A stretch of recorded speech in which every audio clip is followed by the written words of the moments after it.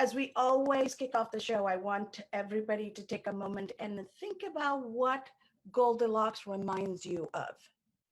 To me, Goldilocks is all about balance because she didn't want anything too hot. She didn't want anything too cold, right?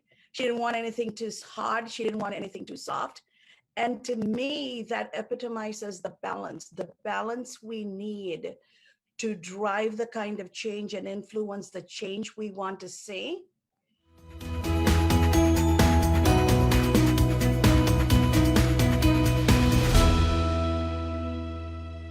Welcome to Unleash Your Inner Goldilocks, how to get it just right.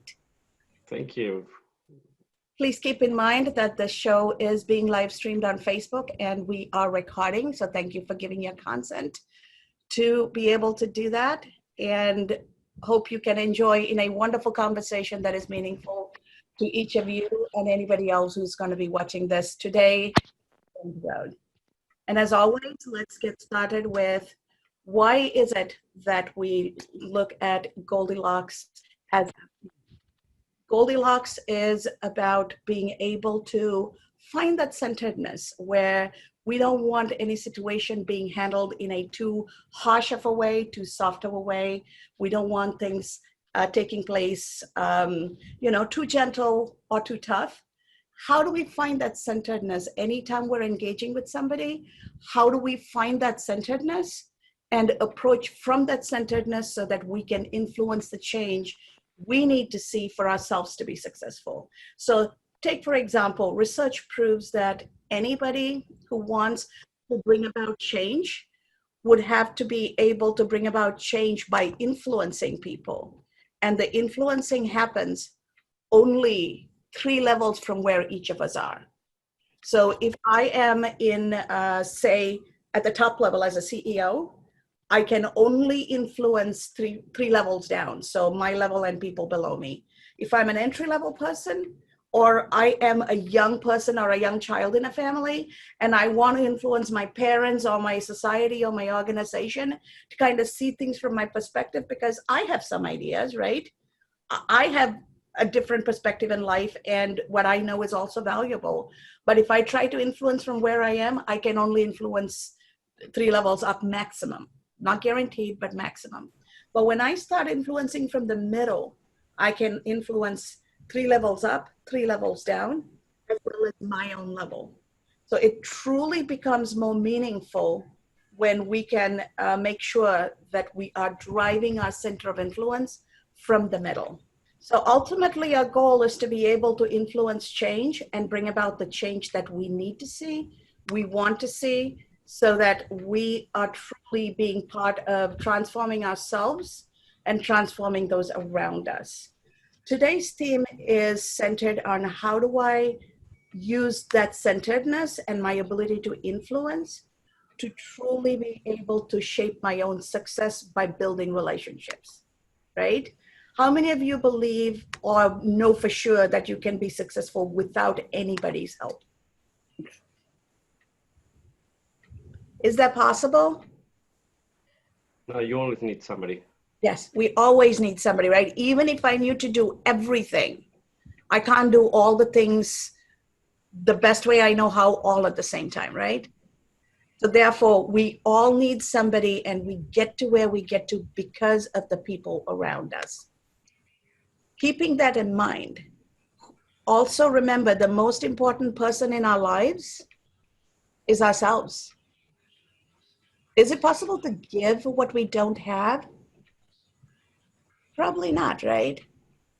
No. Yeah. So as we think of building relationships coming from that centeredness, the first step is to actually build a relationship with ourselves. Do we get to know us? Last time we talked about self-awareness, right? Self-awareness and social awareness. Using self-awareness, how can we build a relationship with us? And once we truly understand us and build a relationship with us, and we know to be gentle and caring and thoughtful about us, how do we then link that to our purpose? And using our purpose and our centeredness, how do we start building relationships? And my purpose is going to come from what do I love, what am I great at, and what the world needs. And the intersection of all those three is the center point of my purpose. When I come from my point of purpose and I am building a relationship with myself, then I can start stepping out and building relationships with other people. One of the things I always remind myself, and it's each of you can have little tricks for yourselves to remember what is the best way to do this. But I'm a former banker. So I look at relationships in terms of, if I need to go to the ATM machine and withdraw money, I should have opened a bank account and I should have deposited money and I should have a relationship with that institution to be able to go get the money when I want to, right? Relationships are very much that way. I can't go to the ATM machine and try to get money without going through all of that process up front. Same way with relationships. I cannot just go and try to ask people to give me stuff or do stuff for me or help me out if I didn't invest in that relationship. What is the incentive for anybody to engage with me if I only show up as an opportunistic person? Keeping in mind that we do not want to come across opportunistic, we truly need to be authentic. And then how are we using our emotional scales from our last week's conversation to help build where we need to go in terms of relationships? So with that, I would love to bring on our two wonderful guests, two very, very different but very exciting personalities. Tiffany Morrison, who is an amazing creative, who I think is a wonderful technology creative person who goes out of her way to help everybody, who is a member of Pure Alchemy, an organization that is focused on helping shape young lives, children in the school system, through the teachers and the society, to bring communities together and shape young people's lives today so that they are ready for tomorrow. So welcome to the show, Tiffany. Oh my gosh, that introduction was amazing. Thank you, Dr. Kaz. And it's amazing seeing everyone here from so many across the world. I mean, it's great to connect with everyone. Thank you, Tiffany. And Michael is a engineering graduate student, but also somebody who is a young professional who has amazing vision and passion to change the world in his own way. He looks forward to someday taking his engineering skills and transform agriculture so that we are able to feed the world and truly make sure that people are able to go after their dreams and their purpose because they've had a nice meal and everybody feels fulfilled. So thank you very much for having that aspiration. I know you're going to solve world hunger, Michael. Welcome to the show. So much. That was a wonderful introduction. I'm looking forward to this.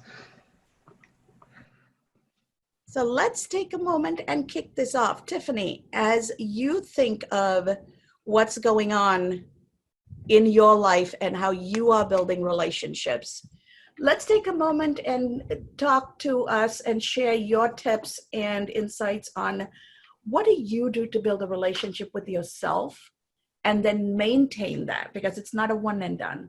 Mm-hmm. Well, yeah, and that's exactly what you just said, right? It's a consistent process that you really do have to go through, and that you have to, keep improving. When I was younger, I still had this, really big urge to help others, but I didn't have that strong relationship with myself. So I was constantly trying to, please others and give people, what they wanted to, but I didn't even know myself. I didn't know why I was doing these things. I didn't know, what my aspect, what was my take on things. I just, everyone who was around me in my circle, I just wanted to make them happy, whatever that may be. And that ended up being like detrimental to me, which then ended up like throwing it to them too, right? Mm-hmm. So it really does all start obviously with kind of getting to know yourself, what your goals and ambitions are, how you treat yourself and love yourself.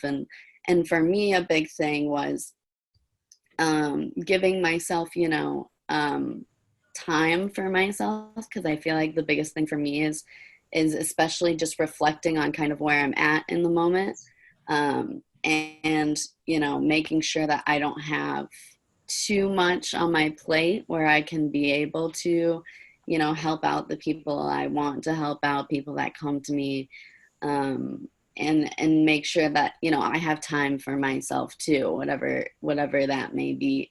And one of the biggest things for me was kind of just, the approval that I don't need from others to be myself. I truly think that, getting to know yourself in a way where you don't care about others' opinions with, who you are as a person and who you've engraved into yourself is probably that's been the most important process for me, because once I realized that and I didn't, so much care about other people's opinions and how they thought of me, that was when I was really able to like flourish and like understand myself better, understand, kind of how I was interacting with others, how I would handle different situations, things like that, and gave me a better understanding of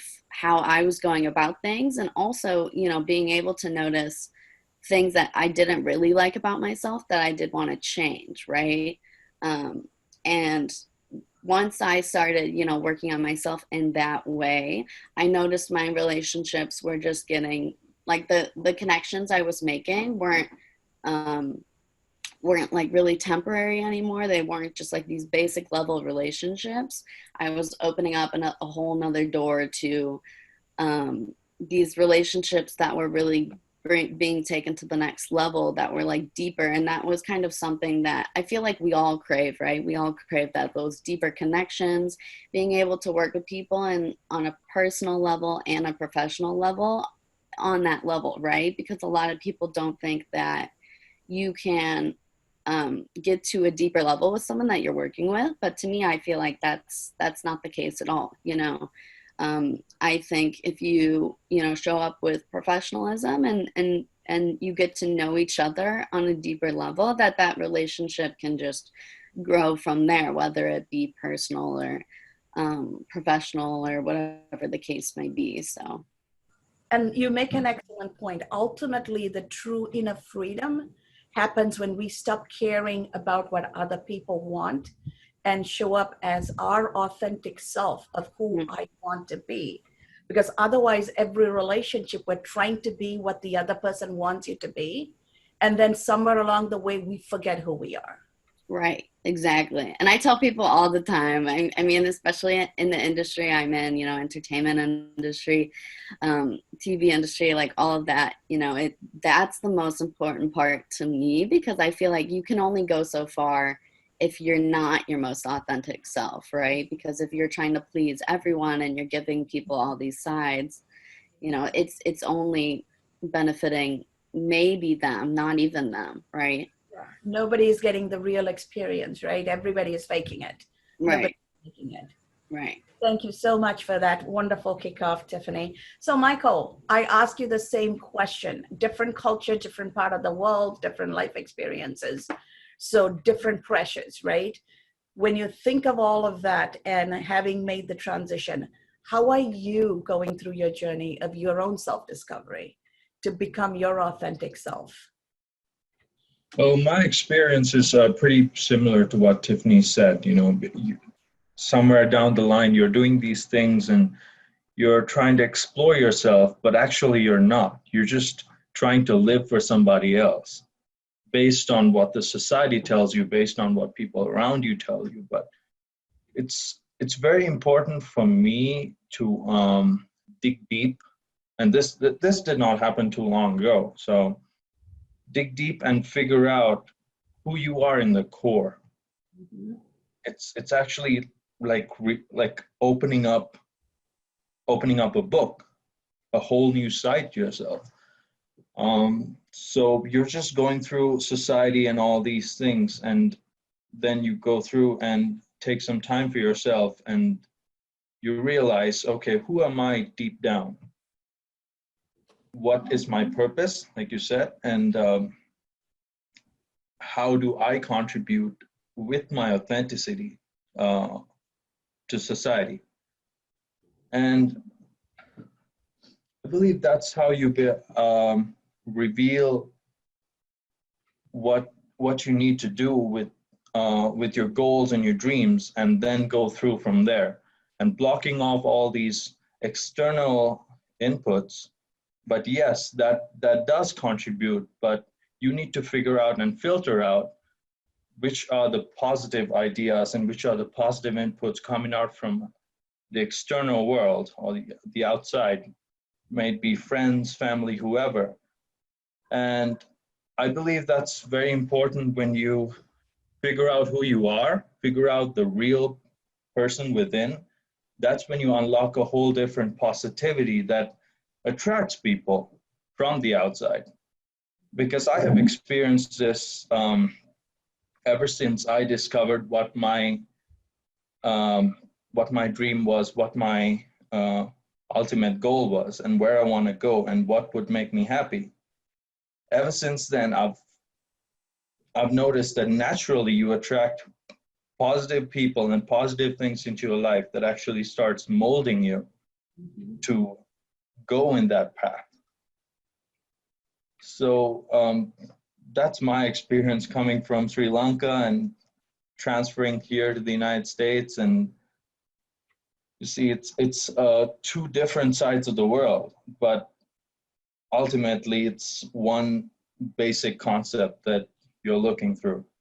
Yes. Yeah. And I'm glad you made that point, because no matter where in the world you go, the pressures are the same. The need to conform, or that emotional pressure to conform, is still the same, right? But none of us truly are free until we break free of that and find our inner selves for ourselves. So thank you so much for those wonderful and very personal insights. Thank you for sharing that. Now, as you think of taking that understanding of yourself and building relationships, Tiffany, do you want to share a vignette or a story about a relationship you were able to build that was purely a relationship that then turned into something more meaningful because there was so much give and take and win-win partnerships down the road? Because that's what good relationships do. Well, I will say, I'll share two mini experiences. So one personal relationship and then one professional relationship. For my personal relationship, I met my friend Emily in college. We were both kind of in a place in our lives where we were, I had just gotten out of a long-term relationship. I was getting really interested in my major, which was broadcast journalism, and she also happened to be in broadcast journalism, and she's like this like super radiant, energetic person, and we both kind of have like the same personality with, you know, being friendly with people and things like that. And we pretty much connected instantly. We had seen each other on campus multiple times, like been in things together, because we were both communications majors. So we were kind of, we would see each other every so often, but we weren't like super friends. And then she created this comedy show on our TV channel and asked me to be a part of it. And I ended up like co-hosting it with her, and we really brought it to life together. And it was something that, you know, she was passionate about because she really enjoys, you know, making other people happy, making people laugh. And this kind of gave everyone everything. And we kind of just pulled together a group of individuals from our campus, and they weren't actually even in TV, which was kind of unheard of during that time, because normally when we do TV shows, we just take whoever's in journalism, but we really wanted to like make this different. So like we had people from theater coming to the show, people from basically all aspects, all areas. It was kind of like whoever wanted to, you know, be funny on TV, like feel free. So that was kind of just a beautiful relationship that we had, and it was almost instant. And we got to know each other really well on this like deeper connection, like from the start. And, you know, we've been creating with each other ever since. She's pretty much one of my best friends that I got out of college now, hands down. And we still are working on projects with each other to this day. We just got a friendship tattoo like last year or something. So that relationship has been great. And, you know, we're constantly building that. We're, you know, working on, I feel like every day, you know, we're still trying to find obviously who we are ourselves. And so, you know, we're FaceTiming each other constantly, being like, well, last week I thought I wanted this, but now I want this, you know, and we're kind of navigating life together in a sense. So it's really beautiful to be able to see that kind of unfold and grow with someone, right? Because it is, it's not always easy to grow with someone when you're also growing with yourself, right? And another quick one is just actually with my work individuals too. So at work, I work at Cause Force, and we're like an agency that works with nonprofits. And from the beginning, when I first started working there, my original boss who hired me, he had left like a month after I started working there. So I was pretty much on my own from then to, I've been like on and off. I've had managers like here and there, but my CEOs have really, they're Bev and Julie, that's their names. Julie is in LA where I am, and then Bev is in Canada. Because we're kind of all over the place. We work with a ton of different clients, and our biggest clients is in Canada. And they've been truly amazing, like from the start. You know, I not knowing them, like my grandma had passed like 2 months into me starting working there. So I had to take bereavement time, and they were, you know, extremely, truly understanding with that. They've, you know, sent me home for holidays to see my, you know, parents and things like that. And, you know, on my end too, that encourages me to want to like truly, like I'm all ready for the purpose that like my company like offers, because obviously we work with nonprofits and it's for a good cause. So it's right in my wheelhouse, you know, but working with such powerful women in the industry too, and having them be so compassionate towards like, you know, personal situations and things like that, it's really brought like a whole new motivator to like our relationship. And I feel like I know them so much deeper, which is nice, because it's you don't always get to know your, you know, CEOs of the company very well, right? But we're a small company, so that's I'm grateful that I have like that ability to kind of have that personal relationship with all of them. You know, I know their family, I've met their family before, and so it's been truly great. And that's just another relationship that I feel like right from the bat, you know, they kind of gave me a little, and then I gave them a little, and that's that take and go has been amazing. And because of that, we've been really able to truly appreciate each other, you know, my role and their role within the company. And just the excitement of watching, you know, they are always excited to see me grow and see, you know, what I can bring to the table. And then in turn, you know, they are really truly great to me. So I'm glad you shared both the stories, because ultimately in the workplace, if the leaders don't bring compassion and empathy, nothing is going to work. right. and I've had those experiences, right, where that it's the exact opposite, and I have for sure not, you know, enjoyed those situations. And, you know, that's why I'm in the place I am now, is because I didn't want to stand for that. Yeah. So I was like, I want to. Yeah, the best insight I ever got was from a metro conductor. I used to take the train from the suburbs to the city. It was a 1 hour and 45-minute train ride. And Eddie was the conductor. He would always tell me in the evenings, Cass, employers think that they can pay people just enough not to want to quit. They don't realize people are working just enough not to get fired. And so you're Mhm. in this constant cycle of stalemate. Only when you are allowed to be your authentic self and you're working for an organization that has compassion and empathy, are you going to give of yourself freely. And Right. that's the only time the organization is going to innovate and grow. Because why would you give your ideas to somebody who doesn't care?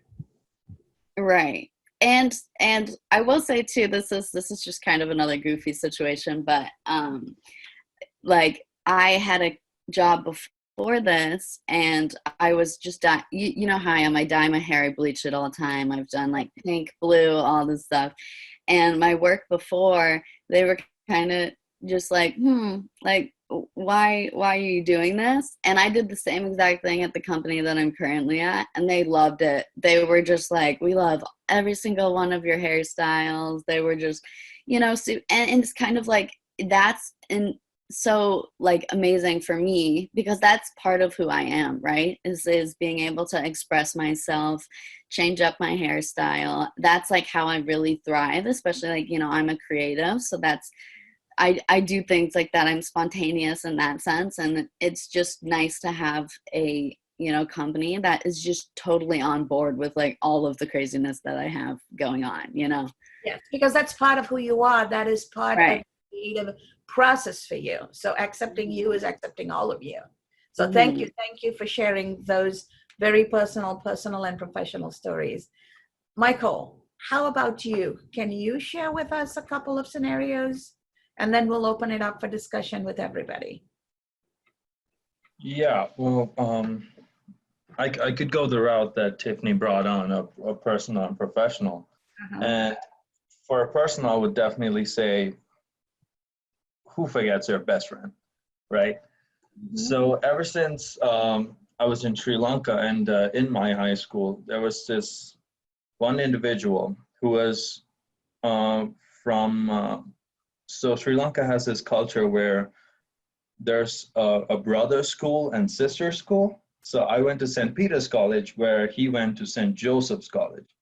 So technically, we are kind of sports rivals. So so one day we go to an event, and some of my friends say, hey, so back home my nickname is Lucky, because my middle name is Lakshan. We might be able to see it on Zoom. So one of my friends says, hey, there's another guy called Lucky who looks similar to you and has the same personality as you. And I'm very curious to find out who that is. And this friend had said the same thing to my other friend. And apparently we met, and it was a sudden, like a personality wavelength connecting. Okay. And ever since then, it's been great. Little by little, when emotions come into the relationship, when you start exploring each other's your goals or dreams, that's one thing, but also who they are as a person in a humane aspect, you actually start connecting down to the roots. So that was my experience with my best friend, and even now it's been years now since we've been friends. And every time, whenever I need help or somebody to pull me up, that's when he plays the role of a positive energy to pull me back up, and vice versa. I do the same for him. So I believe that's when positive emotions and positive personalities join together, that's what you basically need to sustain a relationship. I'm a person who believes in a lot of positive energy. So it's you become a positive person if you have positivity around you, and the way around, you know. Yes. So same way, like Tiffany mentioned, if I want to go into the professional side of it, you definitely need to have emotions attached to that, like compassion and humanity. If you don't have that, you're not going to build a healthy professional relationship either. Because I don't want to work with somebody who comes up to me and just say, hey, do this, do this, do that. And don't even care about me, you know, like I wouldn't want to be there. And I'm sure none of us want to be in a situation like that. And yes, we're running behind making that money, making a place for our career and so on. But apparently, if we don't build a healthy environment and a healthy relationship with people in our professional aspect, we're not gonna sustain what we're doing. It's all gonna come falling. It's all gonna come crumbling down. So yeah, one of the good examples was one of my old boss. So when I was working on campus on my undergrad degree, I used to work as a desk manager for a residence hall, and my boss, he was always constantly helping each and every one of my staff members, professionally and personally. He would always come up and say, "Hey, how are you doing today? How is classes? How are your parents?" You know, constantly asking. But it was not just asking for the sake of it or not connecting for the sake of it. He actually cared. And that's what made myself and my staff members close to him. Even now, he transferred to Indiana, and even now, I still talk to him. I still message him once in a way, maybe on a phone call.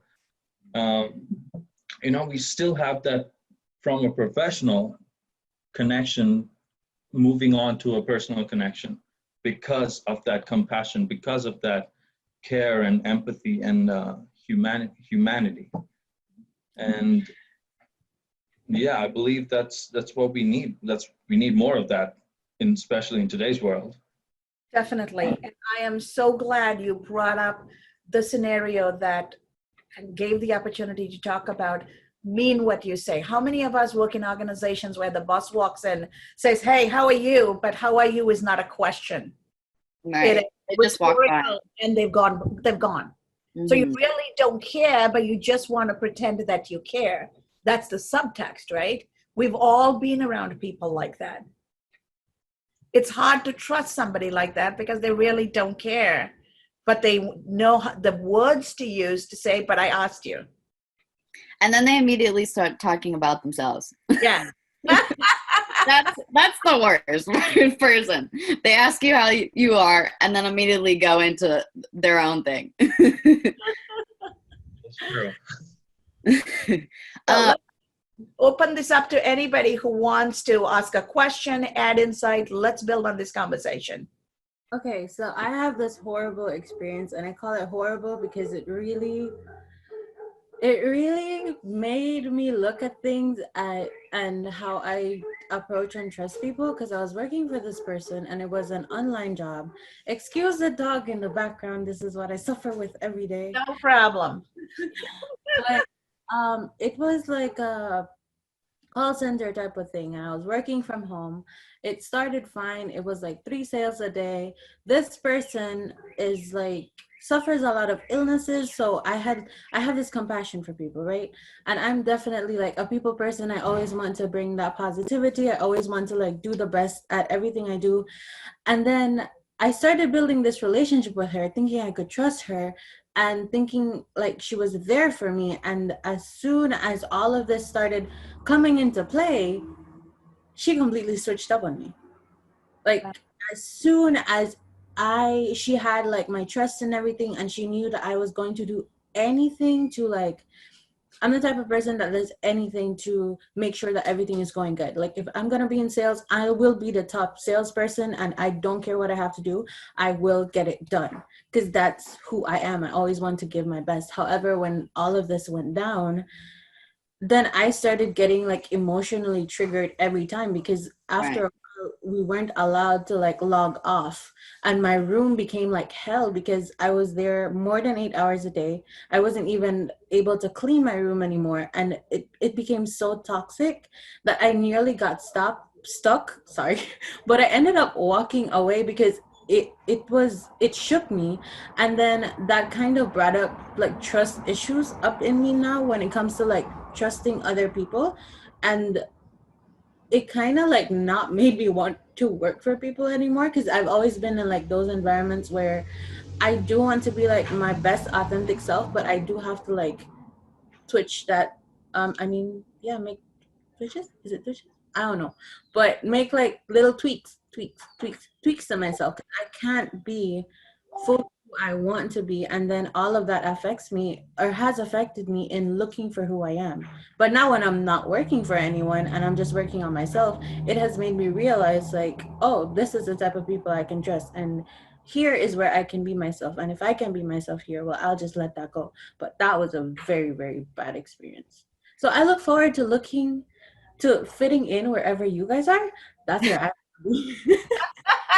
Thank you Yeah. for sharing that. Ariane, Go ahead, yeah, Alejandro. I was thinking on what you were saying, and I think that one area that you cannot push is the relationship, right? So yeah, at the end of the day, you need to go a step by step building relationships, and it's something that as this typical comparison that people do with the plants, right? So you go kind of putting water day by day, and you will see what comes out of that, right? So it's a I have worked in many places, but at the end of the day, for example, you need to do the best that you can in a kind of working with the other person, and give yourself in a way that you can see how the trust goes building, right? So that's the part that I have seen that works the best, and that doesn't mean that you are not going to try to do your best, right? So you if you are really authentic and you are really trying to kind of put the best into what you can do for the rest, maybe you can do it. It's not that because you are trying to do it with because you are expecting something in return, right? So and then if you receive it, that's going to be kind of the perfect time where you're saying the relationship went to the next level, and you go building. And depending on how the other person is willing to kind of get into the next level or not, you will see how that you really get with people that over time, when you change and you go, probably was just that, and other people will kind of be part of your life, independent where you are. So Definitely makes a lot of sense. I was going to say too, like putting away the business aspect of it aside, because you said this was a business relationship that was originated from like somewhere where you were working. I feel like, you know, we all have situations like that, whether they're business, personal. I feel like they're very similar. Like when it's a specific situation like that, I've had multiple situations where that has happened to me personally too. And that actually I'm still trying to kind of maneuver because I myself do, as compassionate people that, you know, we all are, and such giving people, we also give to the wrong people. You know, like we'll meet someone and we'll see that, you know, they might be struggling or something. And even though, you know, we're still working on ourselves, we, for some reason, think like, oh, we can help them, or we can, you know, be some kind of source of, you know, inspiration or positivity in their lives, right? But when you put yourself in that position and you kind of give yourself to, like, immediately to, you know, whoever that may be, we get into a position where, you know, they take advantage. And that was actually going back from, you know, Michael's first point where he was saying, once you find yourself, you can really figure out like what external forces around you are going to be beneficial to you. And like something that, you know, you can't quite figure out when you're still on your self journey is, you know, those toxic relationships. Like, I'm sure there were red flags going into the relationship and you totally ignored them, or, you know, they acted one type of way and then totally switched up, like you were saying, right? So, which can also obviously happen too, right? But then you've already invested time into that relationship. And one thing that I know that we all want is, you know, we don't want to waste time. So we try to fix things instead of just fully break it off. But there does come a certain point, right, where you are building that relationship with yourself and building your, you know, team around you that is also supposed to have this positivity and this building, like, you know, encouraging force. And if that's not there, you know, at the end of the day, it's not letting you grow. It's not letting them grow either, because they're in denial, right? And unfortunately, we can't help everyone, even though we would like to, right? So it's kind of realizing that and making those difficult decisions where you end up having to end the relationship, you know, and I've had to do that multiple times in my life too. And it's, you know, I had someone that I was friends with since middle school, and we just had a fallout like last year, and you know, there's nothing you can do in that sense, because when they get to a certain point, you know, you can't help them if they don't need help, if they don't want to be helped, right? And it's also important to remember, not all friendships and relationships are for life. Some Yeah, are for seasons and exactly. some are for reasons, right? Knowing that is also important. And one of the things I have learned through experience, and I'm going to draw from my Sri Lankan native language experience in Tamil. If I loosely translate in English, we have a proverb that says, when you give of yourself to help somebody, make sure you are taking the same level of care like you're giving your daughter in marriage. And I kind of like that saying where it's like, if you're giving something, you shouldn't expect anything back, because that is true, right? Like if you're willing to do this, you have to go into it thinking like, okay, I don't want anything back, because if you're thinking going into it, I kind of am expecting this or expecting that, you put those expectations up, and then, you know, if they're not met to a certain level, you're going to be disappointed just overall, you know? Very true. Having expectations is what causes disappointment, but we're also going to go into situations expecting that other people are not Right. going to harm us, right? Mm-hmm. That's the balance. Mm-hmm. I'm going to do it because it's the right thing to do and it gives me joy and I can help a situation, but I'm also expecting not to be harmed by it, right? Mm-hmm. So how do you find that right time and place to do? And we're all going to make mistakes. We are going to learn from our mistakes. And so also then knowing when that trigger is visible, step back. Right. Because you do not want to step in to help somebody and then be proverbially shut down, right? None of us want that. Yeah, Michael, go ahead. that's a really good point, because something that I like is one day one of my friends posted a picture of me on Snapchat, and he quoted, either you're a blessing or you're a lesson. And I'm sure this quote has been around for a while. And I truly believe in that. Like, yes, some people come into our lives and they teach us something, they contribute a lot, and they actually make us grow. They help us grow.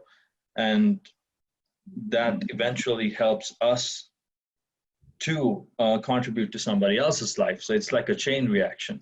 Mm-hmm. But some people, they just come and, you know, it just becomes toxic. Like Ariane, sorry, what? Ariane. Okay. So, like she said, you know, some crucial situations bring out the real face of some people. That's my personal experience. You know, when everything's nice, beautiful, a nice sunny day, yeah, everybody's cool. Everybody's beautiful. Right. Things go sideways. That's when you see the real face coming out. Mm-hmm. And you need to watch out for that, because yes, we're compassionate, we're very emotional and very vulnerable people, but that's when you also need to just hold on to your emotions and start thinking from your head, you know, just. And I love the fact that you use the term vulnerable. Without being vulnerable, we cannot build authentic relationships. That means we're opening ourselves to be hurt, but that's where the beginning of the trust is, right? I am willing to invest in this and I'm willing to trust. And the sacred covenant is then treat it with respect.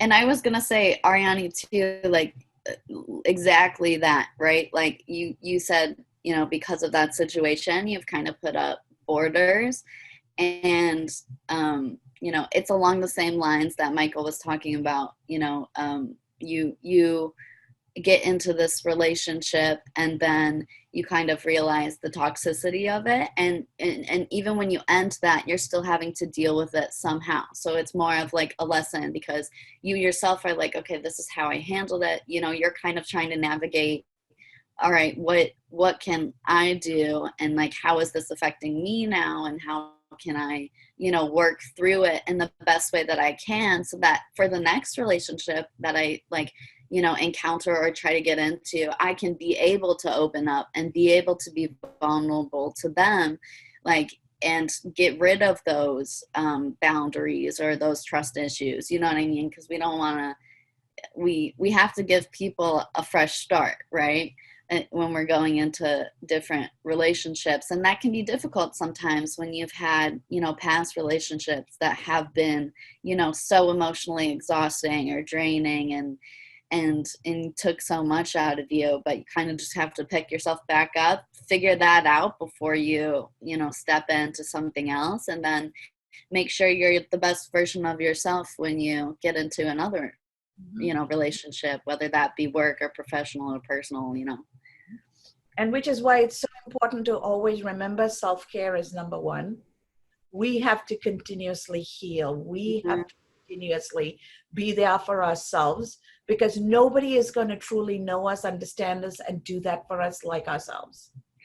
And I think we always have difficulty too telling people, like, I'm not emotionally, you know, stable or available right now. But I personally don't think there's anything wrong with that. You know, if you want to tell someone, like, I'm just working on myself right now, I'm not, you know, available in the sense or in the capacity that you want me to be, it's better to be upfront and honest, and, you know, have that communication so that they know what's going on. Because otherwise someone might think, you know, themselves too, like, this person's blowing me off and I don't know why, you know. So you know, that sense of communication too, and you know, looking inside yourself and being like, okay, how do I then communicate that to others? I have one more thing to add in regards to that, because I've been doing a lot of self-work recently, and I've been trying to like actually do the work and not just say I'm doing the work and not actually doing it, because I feel like we all go through that phase. And here comes a truck. I can't with these trucks. There's this thing that every time I have said, like, I'm working on myself. Like, I can't do certain things because I have a schedule. I'm sticking to it. I see that people are not liking that. So I come from like a culture whereby working on yourself, like that whole self-love thing, is not really something that people deal with. And it's not something that people want to heal from. And like, they don't see any of their life as traumatic experiences. They don't see why they are the way they are, and they're not trying to figure that out. So when you want to do that in such an environment, it's kind of like, it's hard to like try to explain yourself, and it's just hard to try to like get your point across. So if you guys have been in like kind of that situation, how have you navigated through it? Because what I do is like, okay, if you can't understand what I'm doing, you don't really care about me, and bye. That's just what I do. Kristen, were you going to say something? Yeah, actually, so when I started my self-care and like inner journey, when I was 15, my mom didn't understand it. She didn't understand these like positive thinking, new age type books I was reading. And I was still a teenager, so I was under her roof. And I don't know if she was scared of it or what, but I just found that I just had to keep it to myself and get involved with like-minded people. So, you know, some like something like this, just find people that are like-minded and just that are going to support you and lift you up and help you in that journey. I think that's the best bet, because some people won't understand it, and you don't want to put it out there and then have someone like, speak negatively to you, make you feel bad about your journey, because it's your journey, and you got to do what's best for you. So that's all. And what I would take a page from my own journey. Ariane, I also come from a culture where family and the social pressures and the norms take such a precedence, especially as a female and a female child. You don't get to decide what you want to do. And it is told to you when you're a child, it's your fate.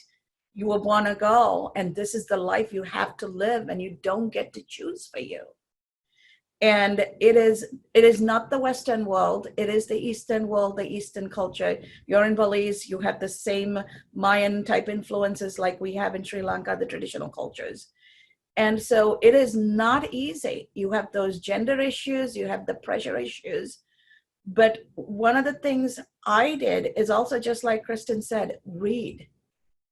And being multilingual, I was able to get into reading in multiple languages to get access to the Western and the Eastern philosophy and literature, and how did other people in different situations navigate it, and how do men do it versus women do it, and why do I have to show up as a woman?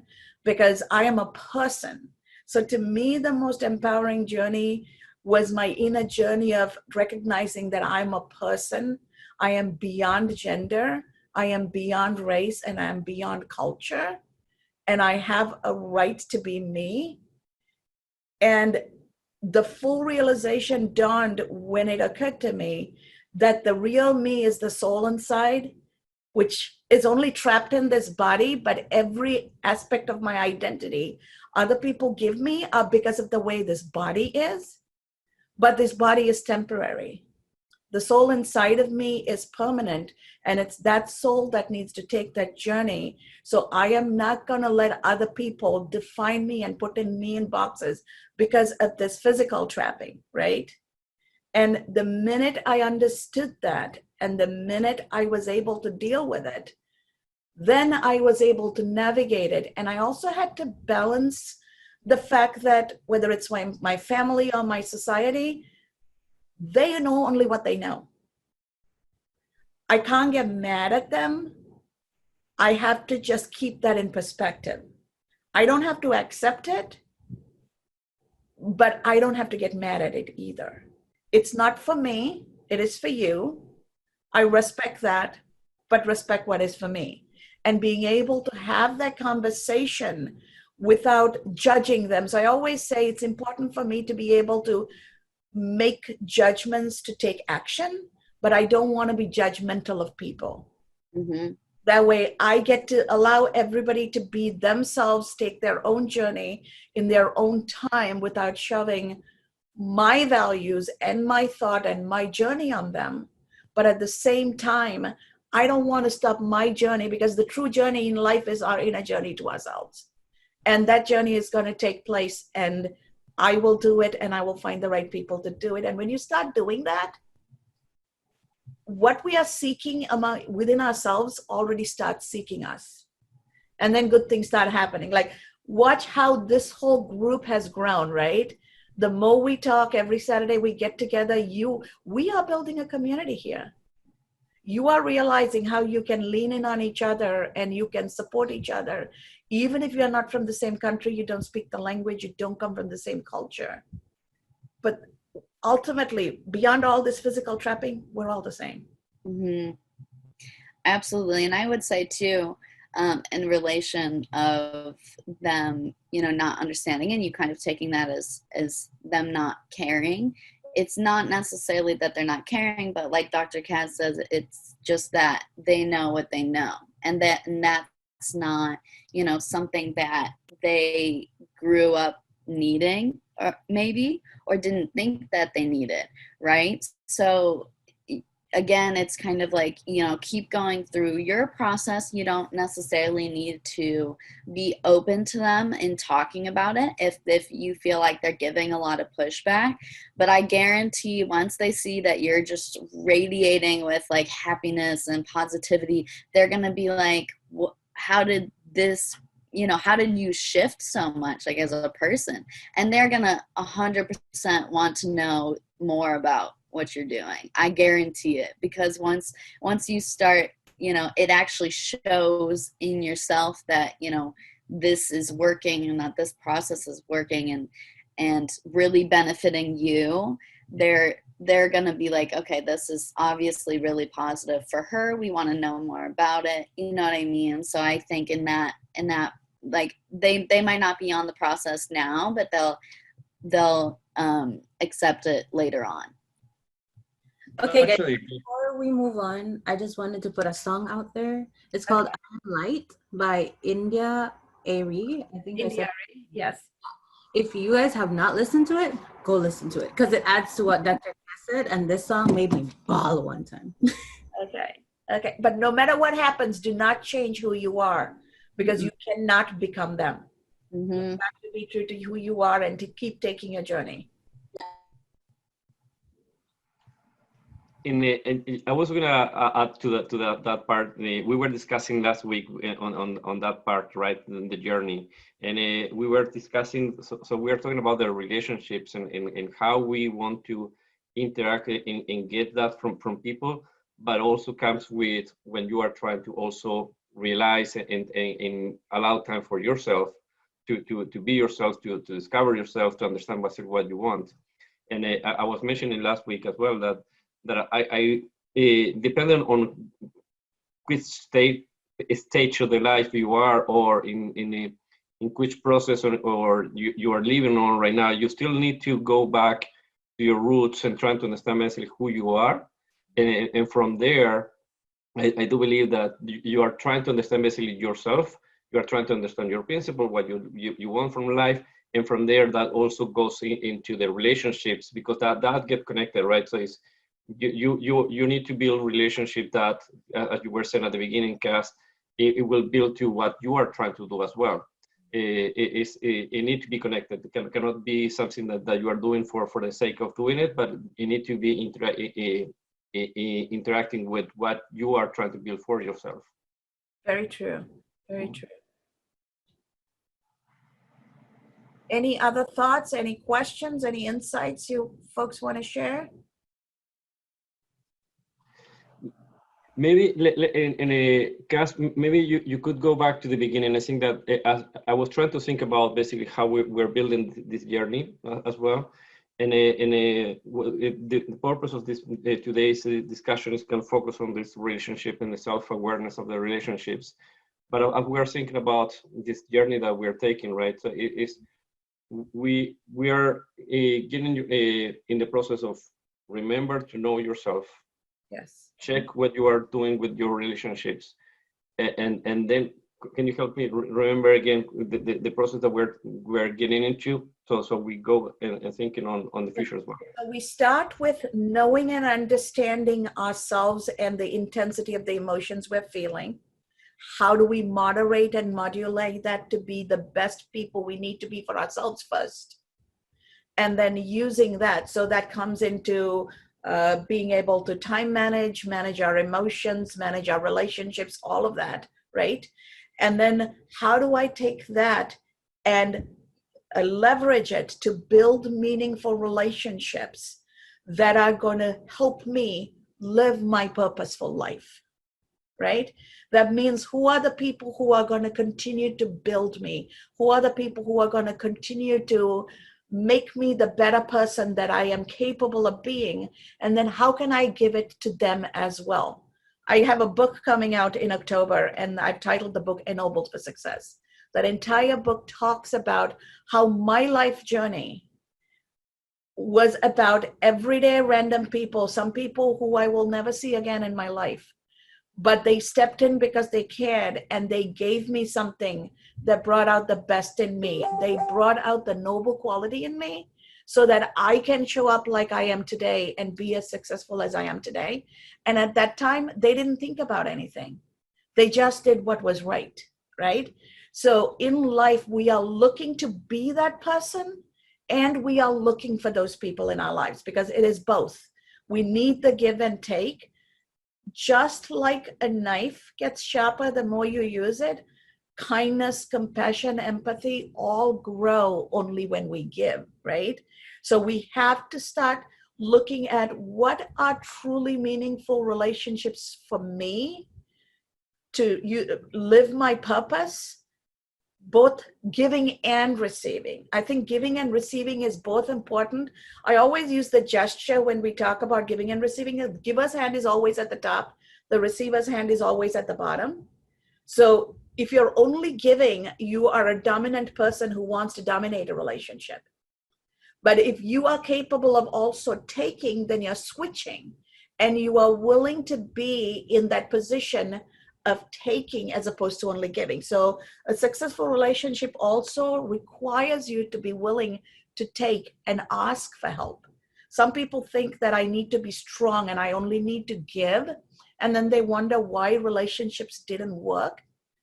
It's because you can't always be the person with the hand on the top. You have to be willing to switch roles and reach out for help, because it truly shows that you need somebody. Right? And to me, that journey is truly all of those things. Not only am I building relationship and I'm there to help, do I have the courage to turn around and ask somebody to help me, even if they are going to say no? It is the hardest thing to do, especially for those of us who are very compassionate, who are extremely sensitive, and we've been hurt. We are afraid if we ask and they say no, the relationship is going to break, right? You all know exactly what I'm talking about. But being able to do that is equally important, because that's what strengthens a relationship. If I'm only giving, my friends are going to say, oh, she's kind of cocky, right? Can I be humble enough to ask for help? So to me, until I do that, that journey is not over. Yeah, and I would say probably to your point, Gus, thank you very much. That giving is sometimes is because maybe not even because you are gonna try to do it for the lack of not really trying to get people get to know you, but also maybe sometimes it's because you are trying to protect yourself. And when you're trying to protect yourself, maybe you are not allowing to get a true relationship. As I think that Tiffany was saying this is, or no, I think Michael was mentioned that when you are being vulnerable, is part of kind of trying to really understand basically how you can get from the other people and really get into the point of building something else. It's kind of when you get to in a team, for example, for work, and you are really in a day-to-day, but you don't really get to a point of the next level until something happens, right? So there's certain things that happen that kind of get all connected. For example, I'm in Chile, I know, an earthquake. So in something that really kind of move your ground, and then you will see people interacting in a different way. In that way, you start kind of open yourself in a different option, being more vulnerable, and then you start creating those interactions that will give yourself into in a different way, and start building the relationship, true relationships at the end of the day, or kind of separate those that are not willing to give as well.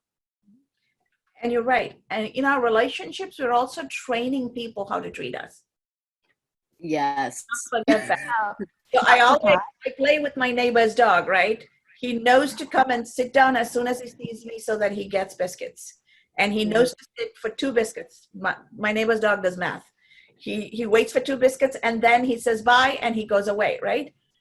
People are like that. If we reward them for bad behavior, they're going to believe that that's what we want from them. right? Mhm. So how do we make sure that this is a give and take, right? And you don't get to take and drain me and run me dry, right? And also say, today is not the day. I need a moment. I need to prime the pump, right? Being able to do all of that is important. Otherwise, you've all been in relationships where when you say, I can't do this anymore, they actually get mad at you. They Yes. actually have the audacity to get mad at you because you stopped giving. But that's because we've trained them that way. Hmm.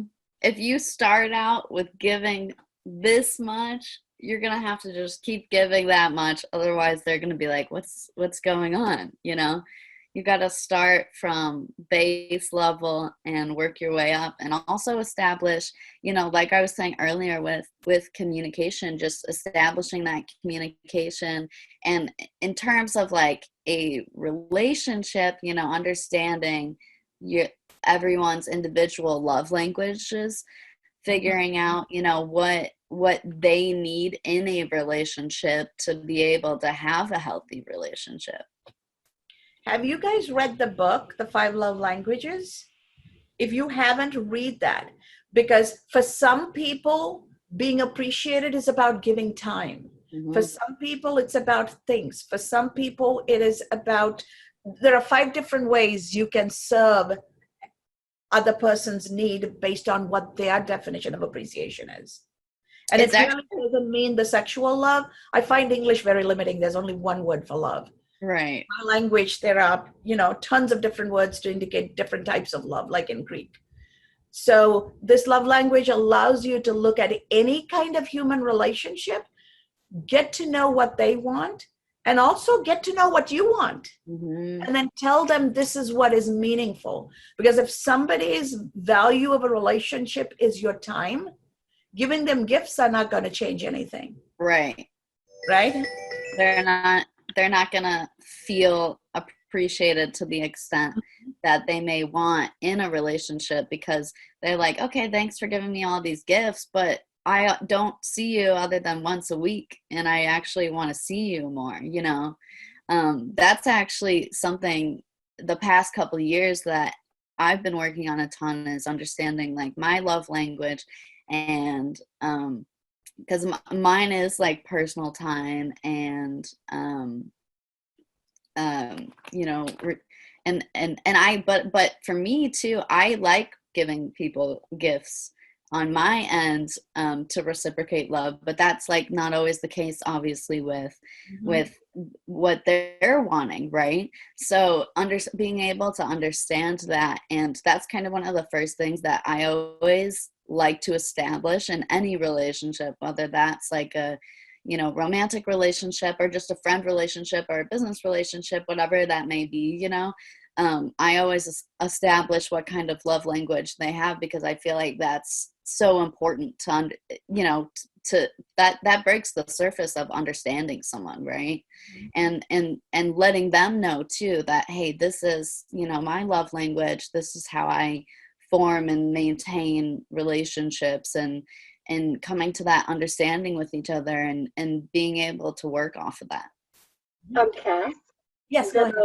So the website for the 5 love languages, you can take the quiz for free, and it gives you like a synopsis and overview if anyone doesn't have time to read the book, but it's really a good way to like learn about yourself, like Tiffany said. Yeah, I was going to say, do it for yourself first, because you know, some relationships are fulfilling and some are not. You may not even know why, right? Because if you are somebody who needs that emotional support and that emotional giving, then you're the kind of person who wants somebody to come running and give you a hug and be that present with you at that emotional level. Not many people can give that, right? If you're the person who likes to get things, like little things, it's never the big things, right? So if you are married to somebody and your spouse brings you flowers from the garden because he knows that that's your love language, then your day is perfect, right? All you need is a flower from the garden and a cup of tea in bed, and then the day is perfect and it's a happy marriage, right? So it's those little things that you need to understand. For some people, it's service. Do something special for me. So I know for my husband, when I make a special breakfast for him, he's very happy and we have a wonderful day. So what do we need to do to keep each other happy? And do we understand what that sounds like and looks like? And your food always looks amazing, so I'm sure he's happy. Thank you. Thank you. I had a question, but I didn't word it because I don't know how to. However you say it is going to be perfectly fine, Ariane. Go ahead. So what happens when you ask for help and it doesn't come with the intention that you give it? I guess that's part of expectations.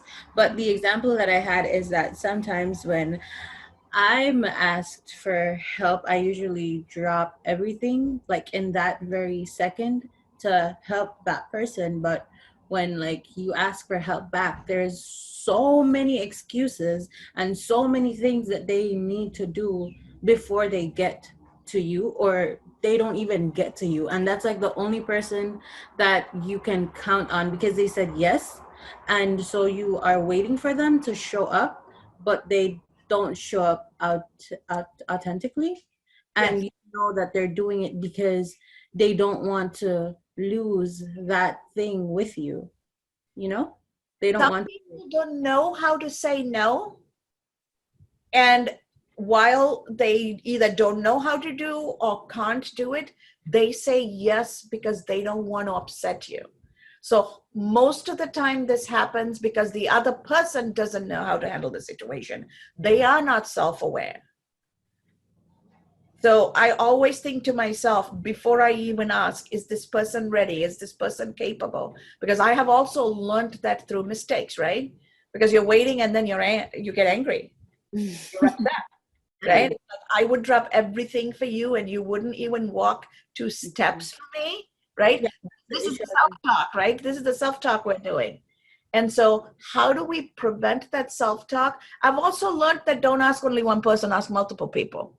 That way at least somebody will show up. Right, at least one person. I need more people I can ask. Committing the same mistake, and then I'm like, but why?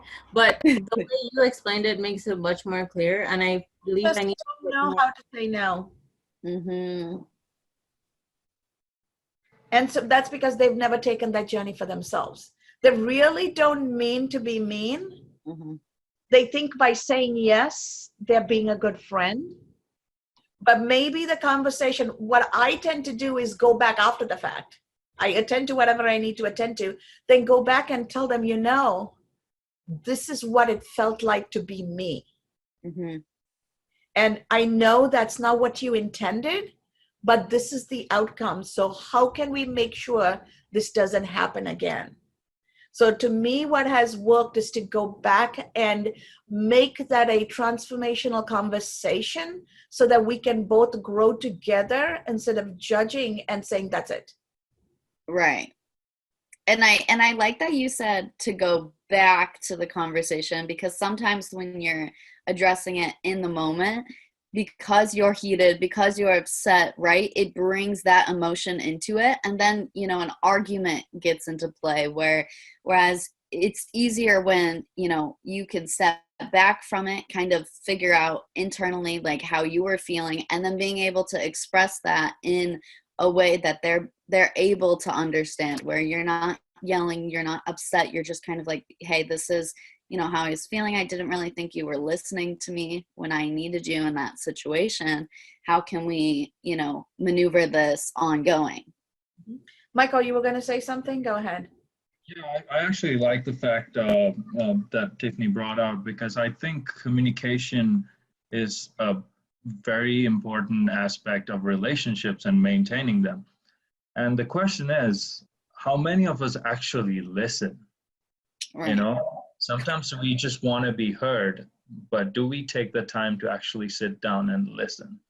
Because I've seen a lot of relationships, mine personally, and relationships that I've seen, like, just sabotage themselves just because of that bad communication, whereas they could have easily fixed it by just sitting down and empathizing with each other and actually fixing things. It wouldn't even take 5 minutes. Mm-hmm. But That's actually very sad. Something that I've always thought about, and um, now I'm actually applying it to my life, and it works. It actually works. Like when you sit down and take the time to actually listen to the other person, rather than being, hey, this is what I want, but let's take the time to ask, what do you want? Mm-hmm. That would definitely help a lot. And but then it comes to all about giving all the time. But then, you know, and that was another point I was thinking about. Why do we do the giving every time? Because sometimes the past relationships has made us, maybe a bad experience or something, make us build walls around us. And then we're like, okay, I'm so strong, I don't need any help, let me give it. But to the outside world, we seem strong, but actually we're weak inside because we don't open up, because we don't unlock that and just give ourselves out, I feel like it goes back to that training that Dr. Kaz was talking about, and also the love language, because some people are really good listeners, and then some people do tend to like go straight to what is on their mind right now, which is like a conflict that they're having, right? So if you have a relationship where you yourself are a listener, and then you're always constantly listening to them, and then when you finally have something to say, you've taught them that you're the listener in the relationship. So then they think that oh, she's got her stuff together, and then it's difficult for them to listen to you because they're so used to you listening to them. So I think it also needs to be that balance there, right? In terms of like teaching them, being like, hey, I'm not always good too. I know I listen to you all the time, but I need some help sometimes too. I need someone to, confide in. It is also important to remember it's human nature when we are triggered by words. Mm-hmm. We are triggered by things. So when if I'm talking to somebody, I'm constantly watching what are they being triggered by, right? Because the minute they're triggered, they've stopped listening. They're already formulating their response. And sometimes it's cultural. I am the parent. I am the boss. I'm the older person. I'm in charge. I don't need to listen to you. Yeah. You just listen to me, because my job is to tell you and your job is to listen to me. And so we're fighting all of those norms, right? And how do we break through that? And I know culturally, when we come from societies where we have that huge power distance, where parent-child is like an I-thou relationship, and I is always wrong and the thou is never wrong, right? Mm-hmm. It's hard, especially at times like this, where the entire social, economic paradigm has shifted, and the world our parents knew, the leaders knew, are gone.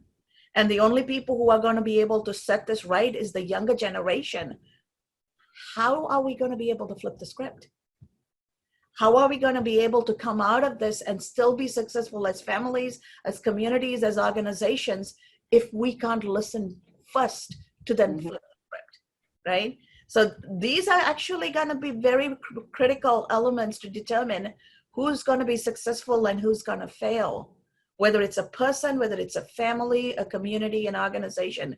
Listening is, people forget that every communication training talks people how to write and how to talk. Nobody teaches people on how to listen, right? My husband, who's a teacher, would always tell his students, every morning when you look in the mirror, tell yourself and remind yourself why God gave you 2 ears and 1 mouth. Listen twice as much as you talk, right? And then he will always tell his students also, engage brain before you put your mouth in gear, right? So it's funny ways of reminding young people what to do, but it's also, I remember that because that's the self-talk I give myself. Even when somebody triggers me, I have to talk myself back into, okay, calm down, sit back, listen to everything they have to say, and then ask probing questions to understand why they think what they think and why they said what they said, right? Now, this every Saturday conversation to me is an ideal way to build our listening skills. Are you noticing how we always give each other the space We hold space for each other to share their thoughts, to ask their questions, right? And then we go around talking and sharing our ideas respectfully. So here we are modeling the behavior we want to see. How do we take this and replicate it in other places? Because you each know how to do it. I do want to say that this whole Saturday thing has been helping me a lot with communicating, especially with the people I communicate on a daily. I've realized that now I'm asking the questions. Now I'm not like just going off of, oh, this is what they said, this is how I perceived it, so the way I perceived it is the only way. I've learned with everything that we've been talking about to like take time to understand other people and really listen to what they're saying, because half of the time, like Dr. Cass said, I think it was last week, we don't really have the same brain, so we don't perceive things the same way. So we need to always like be mindful of that. It's like, okay, this is how I perceived it, but what did you mean? And the other thing I did want to ask or add to was the whole respecting aspect of things, because we were always taught to respect our elders, but what happens when our elders don't respect us? Like, I've started standing up for myself when it comes to, I feel like I'm being disrespected. I try my best to not do it in a rude way, but it always comes off as rude because it's like, oh, you're talking back. This is not how I raised you. This is not this is not that. And they don't want to hear the truth. And then, the truth hurts. So they're triggered by the truth. And I don't appreciate that they're like always about respect your elders, respect this, respect that. You have to respect people older than you and everything, but respect has to go both ways for something to actually work, right? So I do have an issue with the whole, I have to respect you, but then what happens when you have to respect me? Because if you're not respecting me, there's no way I'm gonna stand for that. So I've actually stood up to my grandmother specifically, because she has this thing that what she says goes, and what you have to say just does not matter. And I can't do that to myself anymore. And just starting that self-love journey has taught me to not let people do that to me anymore. Even if they're older than me, I find a way to not be rude about it. Even if they take it as rude, I don't take it like that. And I've reached a point where I no longer feel guilty doing that. And I actually feel good that I can speak and not cry, because I had a big issue with speaking or trying to get my point across and not breaking down in like tears. I'm actually stronger now. But yeah, I wanted to point that out, the whole respect thing. And you make a good point. Have you ever tried using humor in a way that they understand to push back instead of just saying what's on your mind? Sometimes humor works. Let me give you an example. I was helping somebody on something and creating some images and doing something on a collaborative way. And this person is a respected educator, and he's been teaching for years now. And his pushback was, Cass, when we talk about military and firefighting, we can't have those images. You need to send me images and descriptions without any guns or any firefighting equipment. So I didn't argue with him. I just sent a note back saying that would be like me asking you to send me a picture of a teacher without a classroom or students or books, right? And then he came back with a note saying, okay, I got it. Confucius has spoken, right? So I tend to keep it a little fun and lighthearted and kind of flip the script on them and tell it like a story. Because what I have found is if I say you did this or you made me feel like this, it tends to get confrontational. So I take the you and me out of the conversation, and then I tend to make it a story. Because then it becomes non-threatening to the other person. Just like when I'm teaching, I never tell my students, you need to do that or you need to do it this way. I give them a scenario and say, what would we do? And when they make a choice, I take them to the natural conclusion so that they come to the understanding that their first step was flawed. Then we go back and retrace. It's extra work, but the whole journey is transformational. That's how it's a Socratic method of teaching and learning. So I kind of bring that as an educator, I bring that into my relationships. And I tend to use that so that people don't shut down they kind of open up and it becomes banter. So it feels safer. Just a suggestion. Try that. And the other option could be, I was kind of reading when we were getting into today's station, Tiffany Love's storytelling, right? Yes. So I'm wondering, so I have tried to use that with my dad. He's older and he's with me, so and he's not accustomed to same like your grandma's, like the confrontation, right? Because he was always right. And it's getting around through the storytelling. So get story there on basically something equivalent to what we are trying to say. When we agree on the principle, then I go to the situation. So that's a method maybe we can try, but I think that's something not always works, but several times has worked as well on how to get the point first and then go to the situation. Mm-hmm. Any closing thoughts, Tiffany and Michael? I will say the elder to us being younger relationship is difficult in the sense where especially with family members, I feel like I haven't, because we don't want to hurt them, right? And so we kind of get in this space where and they grew that we grew up and they watched us grow up. And I feel like a lot of the times the main issue too with grandparents, mothers, fathers, is the biggest thing is they don't want you to grow up, like they're kind of like they're trying to grab onto those young years. And so they do still, because of that mindset, they do consider you still younger, even though you're a full grown woman or full grown man.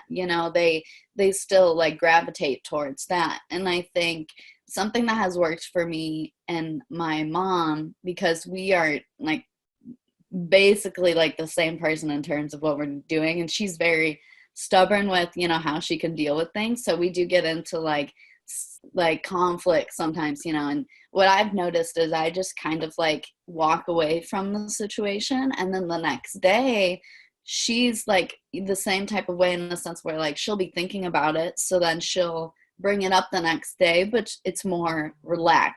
It's not like we're yelling, it's not this or that. And then I can be like, well, the reason why I didn't tell you is because of this. And I was like, and you actually, this has been a consistent thing, so we need to improve on this or work on this. And then it's the same thing with like if she has an issue with like something I do, like we discuss it afterwards, because it's like kind of like bringing that step back and then going back to it and actually being able to talk it out. But it is more difficult for the parent to kind of hear that from their child. So it's kind of giving them that understanding and like Dr. Kaz was saying, kind of putting them in your shoes, like, well, what if I didn't listen to you when you were talking about this? And then they'll be like, oh, well, you really did actually help me with, that situation. And, I need to be better, and I need to work on that. Right. Thank you, Tiffany. Michael, any closing comments? Yeah, my closing comment was for when Ariani was talking about respect, here's something that I personally live by. So respect is something we all say it has to be earned. But first, the default is you respect everyone because you treat people the way you want to be treated, right? And at the end of the day, it's up to them whether they want to maintain that or not. Sometimes you just have to let go and just let those things pass by. If they cannot sustain it, that's up to them, but what we can do is try our best. It doesn't work. Yeah, and no harm, no foul, right? If you start with everybody it's almost like give everybody a goodwill capital. Yeah. Finance background in me. Give everybody goodwill capital, and then they get to decide if they are going to capitalize and build on it, or they're going to squander it away. Either way, you lose nothing because you've given them their goodwill capital. And then it's also a good measure for you over time to see who they are. Mm-hmm. And is this relationship a good fit? I will never forget when I was in boarding school in India, the nun who ran the dorm, she had a big sign on her door. It said, all my visitors bring me happiness, some by coming and others by going. We all made sure we were not the ones who made her happy by leaving, okay? Who wants to be that, right? So do what you need to do to get people to think about it. Sometimes having little things in your office or in your room helps remind people, right? There are so many subtle ways we can give messages.